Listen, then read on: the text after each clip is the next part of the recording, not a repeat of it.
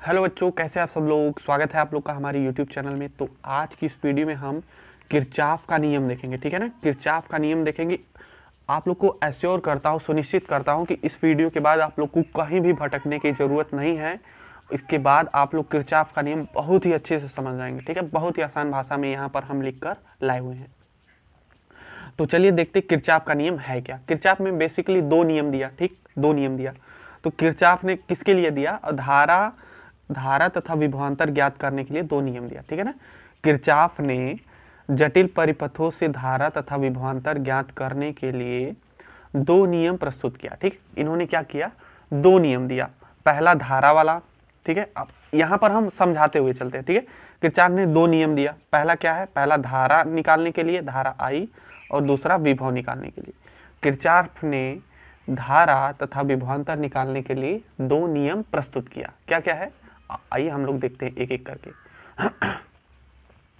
पहला नियम, किरचॉफ का पहला नियम क्या होता है? किसी वैद्युत परिपथ में किसी संधि पर मिलने वाली समस्त धाराओं का बीजगणितीय योग शून्य होता है, ठीक है ना।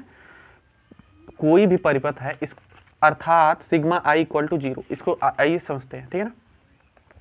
जैसे कोई परिपथ है, किसी संधि पर मिलने वाले, यहाँ से मान लीजिए कोई आ रही है धारा आई, यहाँ पे धारा I1 है, ये I2 है, ठीक है ना। ऐसे ऐसे आ रही।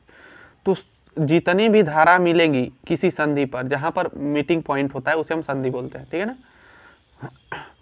I1, I2, I3, ठीक है।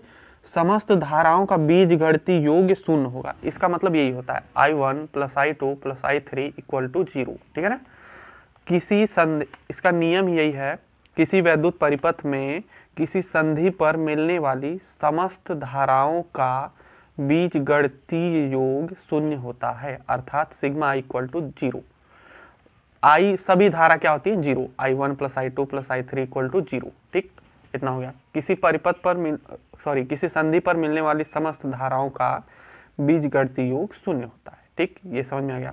अब अगला हम लोग देखते हैं दूसरा नियम। दूसरा नियम क्या है?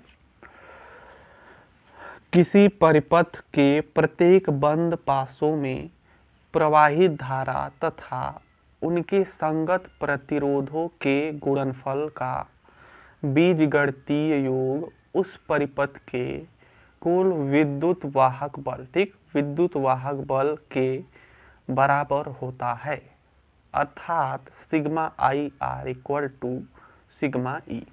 मतलब क्या है? ये जो लिखा गया हो उसको हम कैसे समझ सकते हैं, चलिए देखते हैं इसको भी।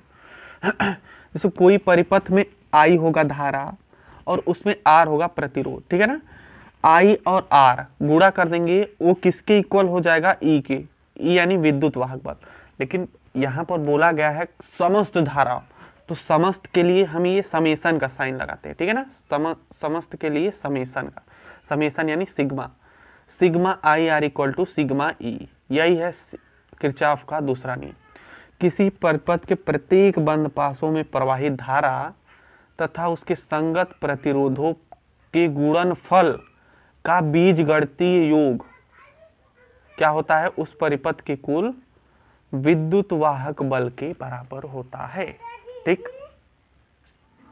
बहुत ही अच्छे से इसको देखेंगे, ठीक है ना, ठीक। ये जो किरचॉफ का नियम है बहुत ही ज्यादा इंपॉर्टेंट है। इसको आप लोग 2 बार 3 बार देखिएगा, याद हो जाएगा, ठीक है ना। आप लोग देखिए, याद करने का मेथड क्या होता है आप लोग का।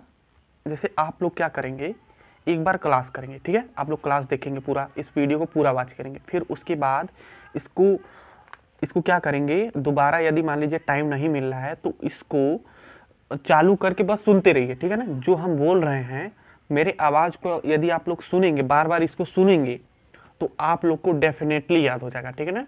सोते समय, टहलते समय, किसी भी समय आप लोग इसे सुन सकते हैं। एक जैसे आप लोग गाना सुनते हैं, सेम उसी तरह इसको क्या करिए, सुनिए, और अच्छे से इसको बार बार सुनिए और बोलिए, अपने आप बोलिए, ठीक है ना। एक बार मान लीजिए आप लोग इसको सुन ले रहे हैं, ठीक, समझ ले रहे हैं, फिर उसके बाद अपने आप बोलने की कोशिश करिए, बिना देखे हुए बोलने की कोशिश करिए। यदि आप बोल लेंगे तो आप लोग को ये डेफिनेटली कंप्लीटली लर्न हो जाएगा, ठीक है ना।